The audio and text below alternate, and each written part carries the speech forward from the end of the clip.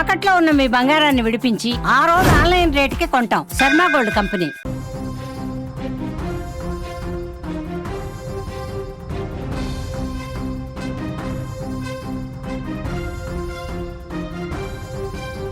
లక్షలు ఖర్చు చేశారు, లక్షణమైన అబ్బాయిని తీసుకొచ్చి పెళ్లి చేశారు. కానీ కూతురు మనసులో ఉన్న మాటని తెలుసుకోలేకపోయారు ఆ తల్లిదండ్రులు. పెళ్ళి అయిన తరువాత తల వంచుకొని తాలి కట్టించుకున్న తర్వాత తన గుండెలో ఉన్న బాధని బయటపెట్టింది హర్షిత. చివరికి ఇష్టం లేని పెళ్లి చేసుకున్నానంటూ తండ్రి ముందుకొచ్చి కన్నీరు కార్చి, ఒకవైపు కుటుంబం అంతా శోభనం జరుగుతుంది, శోభనానికి ఏర్పాట్లు చేస్తుంటే ఆ గదిలోకి వెళ్ళటం, అతని వెనకాల అడుగులు వేయటం తనకు ఇష్టం లేదంటూ చివరి క్షణంలో తన మనసులో మాటని బాధని వెలుగులో బయటపెట్టింది. అనంతపురం జిల్లా సత్యసాయి జిల్లాలో ఆత్మహత్య చేసుకున్న నవవధువు హర్షిత కథ వెనుక కనిపిస్తున్న కన్నీరు ఇదే. తన తల్లిదండ్రి దగ్గరికి వెళ్ళి ఈ పెళ్లి ఇష్టం లేదనే విషయాన్ని చెప్పలేకపోయింది. పెళ్లి కుదురుస్తున్న సమయంలో తనకు పెళ్లి చేసుకోవాలనే ఆలోచన లేదు. మరికొంతకాలం హర్షిత పెళ్లికి దూరంగా ఉండాలని, మరికొంతకాలం పెళ్లి చేసుకోకూడదని నిర్ణయించుకుంది. కానీ ఇవన్నీ ఆ అమ్మాయి హర్షిత మనసులో ఉన్న మాటలు కానీ ఆమె అభిప్రాయాన్ని కానీ కుటుంబం తెలుసుకోలేకపోయింది. వేగంగా అందమైన అబ్బాయిని, బాగా సెటిల్ అయిన అబ్బాయిని, లక్షణంగా ఉండే అబ్బాయిని, మంచి ఆస్తిపాస్తులున్న కుటుంబం నుంచి వెతికి ఆ తల్లిదండ్రి కూతురికి అంగరంగ వైభవంగా పెళ్లి చేశారు. కానీ పెళ్ళైన సరిగ్గా 24 గంటలు గడవకముందే ఆ అమ్మాయి ప్రాణాలు తీసుకుంది. సత్యసాయి జిల్లాలో సత్యసాయి జిల్లా సోమందేపల్లిలో జరిగిన ఈ ఆత్మహత్య వెనుక ఉన్న అసలు విషయాలను వెలికి తీస్తే కన్నీళ్ళు వస్తున్నాయి. ఎందుకంటే మీరు స్క్రీన్లో చూస్తున్నారు, ఒకవైపు తన భర్తతో దిగిన ఫోటోలు, అక్కడ నవ్వుతూనే కనిపించింది హర్షిత. మరోవైపు మరణం తర్వాత అంటే ఆ ఇంటి పచ్చటి పందిరి, ఆ కొబ్బరి ఆకులు అట్లే ఉన్నాయి, ఆ పందిరేశారు, పందిరి అలాగే ఉంది ఆ ఇంటి పెళ్లి జరిగిన ఇంట్లో. ఇది హర్షిత ఇల్లే. హర్షిత ఇంట్లోనే శోభనం ఏర్పాట్లు చేశారు కుటుంబ సభ్యులు. ఆ పందిరి ఆకులు కూడా ఆరిపోలేదు, కనీసం బంధువులు సొంత ఊళ్ళకు కూడా వెళ్ళిపోలేదు. ఈరోజు వేడుక జరుగుతుందని అందరూ సంతోషంలో ఉండడంతోనే ఉన్నారు. కానీ తెల్లవారేలోపు హర్షిత ఇంట్లో ఉన్న ఫ్యానుకు ఉరి వేసుకొని ఉరితాడుకు వేలాడుతూ శవంలా కనిపించింది. కనీసం ఆ పువ్వులు తీయలేదు. చూడండి, హర్షిత ఇంటికి సంబంధించిన పెళ్లి పందిరిని చూస్తున్నాం మనం. నిన్న ఉదయమే పెళ్ళయింది, సాయంత్రమే హర్షిత ప్రాణాలు తీసుకుంది. ఎందుకు హర్షిత చచ్చిపోయింది? ఎందుకు ప్రాణాలు తీసుకోవాల్సి వచ్చిందో హర్షిత? ఎందుకంటే కేవలం ఇష్టం లేని పెళ్లి. చాలామంది చెప్తున్నారు లవ్ ఉండొచ్చు, లేకపోతే ఇంకొక వ్యక్తిని ప్రేమించవచ్చు అని. కానీ హర్షిత విషయాలేవి తమ కుటుంబ సభ్యులకు చెప్పలేదు. తండ్రి కృష్ణమూర్తి, వరలక్ష్మి చాలా ప్రాణప్రదంగా పెంచుకున్నారు ఆ ఏకైక కూతురు. ఒక్క కూతురు హర్షిత వాళ్ళకి. ఆ ఒక్క కూతుర్ని చాలా ప్రాణప్రదంగా ప్రేమతో పెంచుకున్నారు, అల్లారు ముద్దుగా పెంచుకున్నారు. కానీ హర్షిత ఆ తల్లిదండ్రుల పెంపకానికి, ఆ తల్లిదండ్రుల ప్రేమకు బానిసైపోయింది. అందుకే పెళ్లి సంబంధాలు చూస్తున్నప్పుడు కూడా హర్షిత వద్దని చెప్పలేకపోయింది. కానీ హర్షితకు పెళ్ళి అంటే ఇష్టం లేదు. చాలా సింపుల్గా హర్షిత ఆమెకు పెళ్ళి ఇష్టం లేదనే విషయాన్ని ధైర్యం చేసి తల్లిదండ్రులకు చెప్పలేకపోయింది. చాలామంది పిల్లల్ని చూస్తుంటాం. సాధారణంగా ఎవరినైనా ప్రేమిస్తే ఆ విషయాన్ని ముందే తల్లిదండ్రులకు చెప్పేస్తారు. చెప్పేయాల్సిన అవసరం కూడా ఉంది, లేకపోతే చాలా ప్రమాదాలు జరుగుతాయి. ఇక్కడ హర్షిత విషయంలో కేవలం తల్లిదండ్రులకి తన మనసులో ఉన్న మాటని చెప్పలేకపోవడం. పెళ్లి కుమారుని చూసినప్పుడు, సంబంధాన్ని కలుపుతున్నప్పుడు, లేకపోతే బంధువులు ఇళ్ళకు వచ్చినప్పుడు, లేకపోతే ఎంగేజ్మెంట్ జరిగినప్పుడు హర్షిత తన మనసులో ఉన్న మాట, నాకు ఈ పెళ్లి ఇష్టం లేదు నాన్న, నేను చేసుకోలేను, ఈ పెళ్లి వద్దు, ఆపేయండి అని చెప్తే మరికొంత సమయం తీసుకునే వాళ్ళేమో, మరికొంత సమయం తీసుకొని మరోసారి ఇంకొక అబ్బాయిని వెతికే వాళ్ళేమో. మంచి సంబంధం కదా. సాధారణంగా మన తల్లిదండ్రులు మన గురించి ఆలోచిస్తారు. సాధారణంగా మన తల్లిదండ్రులు చాలా బాగుండాలి, చాలా సుఖంగా ఉండాలి. ముఖ్యంగా ఆడపిల్ల దగ్గరికి వస్తే ఆడపిల్లకు పెళ్లి చేసేటప్పుడు అవతల కుర్రాడు చాలా మంచివాడై ఉండాలి, యోగ్యుడై ఉండాలి, మంచి కుటుంబం ఉండాలి, కొంత ఆస్తిపాస్తులు ఉండాలి, తన కూతురిని కాలు బయట పెట్టకుండా, ఇంట్లోంచి కాలు బయట పెట్టకుండా, కాలికి మట్టి అంటకుండా చాలా ప్రేమతో చూసుకోవాలని ఆశపడతారు. ఇక్కడ కృష్ణమూర్తి వరలక్ష్మి ఎవరైతే హర్షిత తల్లిదండ్రులు ఉన్నారో కృష్ణమూర్తి వరలక్ష్మి కూడా అలాగే ఆలోచించారు. తమ బిడ్డ మంచి ఇంటికి వెళ్తుంది.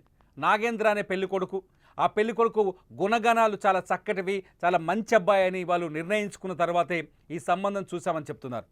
అయితే ఈ విషయాలన్నీ అన్నీ సజావు సాగుతున్నాయి, ఇంట్లో పెళ్లి పనులన్నీ సాగుతున్నాయి, పెళ్లి ఏర్పాట్లు జరుగుతున్నాయి. కానీ హర్షిత కూడా మనం చూడొచ్చు ఫోటోల్లో, చివరి ఫోటోల్లో పెళ్లిలో ఫోటోలు చూస్తే ఆమె నవ్వుతున్న ఫోటోస్, ఆమె ఫేస్ చూడండి ఒకసారి. హర్షిత ఆత్మహత్య చేసుకుంటుందని మనం ఎవరమైనా అనుకుంటామా? ఈ పెళ్లి ఫోటో చూస్తే ఎవరైనా ఆలోచిస్తారా ఈ అమ్మాయి ఈరోజు సాయంత్రమే ప్రాణం తీసుకుంటుందని, ఈరోజు సాయంత్రమే ఉరితాడికి వేలాడుతుందని? ఈ నవ్వుతున్న ఆ అమ్మాయి ఫోటో చూస్తే ఎవరైనా ఆలోచిస్తారా? తల్లిదండ్రులైనా అంచనా వేస్తారా? ఎవ్వరూ అంచనా వేయలేరు. హర్షితకు కూడా ఈ పెళ్ళి ఇష్టం ఉందని అనుకున్నారు తల్లిదండ్రులు. అందుకే లక్షలు ఖర్చు పెట్టి ఎంతో కష్టపడి రూపాయి పోగేసుకొని దాచుకున్న డబ్బును తీసుకొచ్చి తమ కూతురు కోసం, ఒక ఏకైక కూతురు వాళ్ళకి, కృష్ణమూర్తి వరలక్ష్మికి ఏకైక కూతురు, ఆ కూతురు కోసం ఎంతో కష్టపడి సంపాదించి దాచిపెట్టుకున్న డబ్బును ఖర్చు పెట్టి అంగరంగ వైభవంగా పెళ్లి చేశారు. చాలా గొప్పగా పెళ్లి చేశారు. కానీ ఆ అమ్మాయి ప్రేమ అడ్డుపడిందో, బాధ అడ్డుపడిందో, నాన్న కష్టాన్ని చూసి ఈ పెళ్ళిని ఆపేస్తే మా నాన్న కన్నీళ్ళు పెట్టుకుంటాడనుకుందో, మా అమ్మ నాన్న ఏడ్చేస్తారనుకుందో, పెళ్ళికి తల వంచింది. తల వంచుకొని తాళి కూడా కట్టించుకుంది. కానీ ఇంట్లో పెళ్ళి తర్వాత జరిగే, ఏ ఇంట్లో అయినా జరిగే మొదటి రాత్రి అదొక పండగలా చేస్తారు కొన్ని ప్రాంతాల్లో. ఇక్కడ కూడా మొదటి రాత్రి కోసం మంచి ఏర్పాట్లు చేస్తున్నారు కుటుంబ సభ్యులు. అప్పుడు తండ్రి దగ్గరకు వచ్చిన హర్షిత, ఈ పెళ్ళి నాకు నచ్చలేదు, నాకు ఈ పెళ్ళి వద్దు అని తండ్రి దగ్గర మనసులో ఉన్న మాట బయట పెట్టినట్టు తెలుస్తోంది. అయితే అప్పటికే పెళ్లి జరిగిపోయింది, బంధువులందరూ వచ్చారు, తాళి కట్టేసి పెళ్లి కొడుకు పెళ్ళి అయిపోయింది, అక్షింతలేసి ఆశీర్వదించారు. అన్నీ జరిగిపోయిన తర్వాత ఇప్పుడు పెళ్ళి ఇష్టం లేదంటే ఏ తండ్రి అయినా ఏం చేస్తాడు? మీరైనా నేనైనా ఏ తల్లిదండ్రులైనా అమ్మ సర్దుకుపోక తప్పదిక, తాళి కట్టిన వెంటనే సర్దుకుపోక తప్పదిక. ఏదైనా నీ మనసులో మాట ఉన్నా, నీ మనసులో బాధ ఉన్నా తాళి కట్టకముందు చెప్పుంటే ఏదో ఒకటి చేసేవాళ్ళం. కానీ ఆల్రెడీ ఒక వ్యక్తి జీవితంలోకి అడుగు పెట్టేశావు, ఒక వ్యక్తి జీవితంలోకి అడుగు పెట్టేశావు, నీ జీవితంలోకి మరో వ్యక్తి వచ్చేశాడు. ఈ సమయంలో నాకు పెళ్ళిష్టం లేదంటే దాన్ని రద్దు చేయడం ఎలా కుదురుతుంది?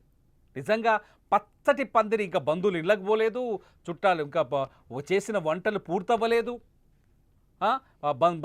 పెళ్ళి తంతు కొనసాగుతూనే ఉంది, పెళ్లిలో స్టెప్ బై స్టెప్ ఒక్కొక్క వేడుక కొనసాగుతూనే ఉంది. ఒకవైపు బంధువులు ఆనందంగా సంతోషంగా కనిపిస్తున్నారు, కొత్త బట్టలు వేసుకొని ఇల్లంతా తిరుగుతున్నారు. ఇటువంటి సమయంలో ఈ పెళ్లి ఇష్టం లేదంటే ఏ తల్లిదండ్రులు భరిస్తారు చెప్పండి? కానీ హర్షిత ఎందుకు ఆ మాట చెప్పింది అనేది ఇప్పటి వరకు బయటకు రావట్లేదు. పచ్చడి పందిట్లోనే తన ఇంట్లో ఫ్యాన్కు ఉరి వేసుకొని, చీరతో ఉరేసుకొని ప్రాణాలు కోల్పోయింది హర్షిత. తన ప్రాణాలు తానే తీసుకుంది.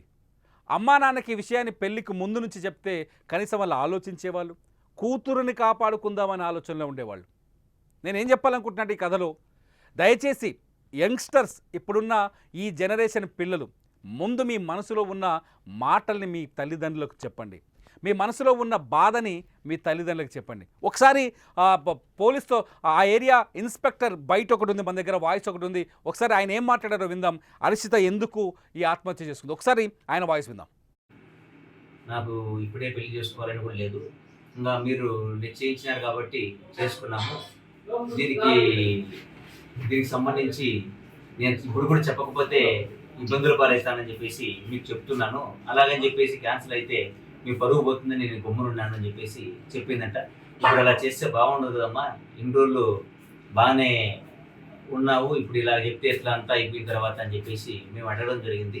సరే నాన్న ఏదైతే లేకుంది అని చెప్పేసి అలసిపోయాను, కొంచెం రెస్ట్ తీసుకుంటా అని చెప్పేసి పర్సనల్ వెళ్ళి అనుకుంటా అని చెప్పి వెళ్ళింది. కొంతసేపు తర్వాత నిద్ర లేపాలని చెప్పి మా పాపను లేపితే ఎంతసేపు గడి తీయకపోయేసరికి చూస్తే కలుపు గడి ఉన్నది. గడి పగలగొట్టి లోపలికి వెళ్ళిన తర్వాత ఉరి వేసుకొని తన చీరతో ఉరి వేసుకొని చనిపోవడం జరిగింది.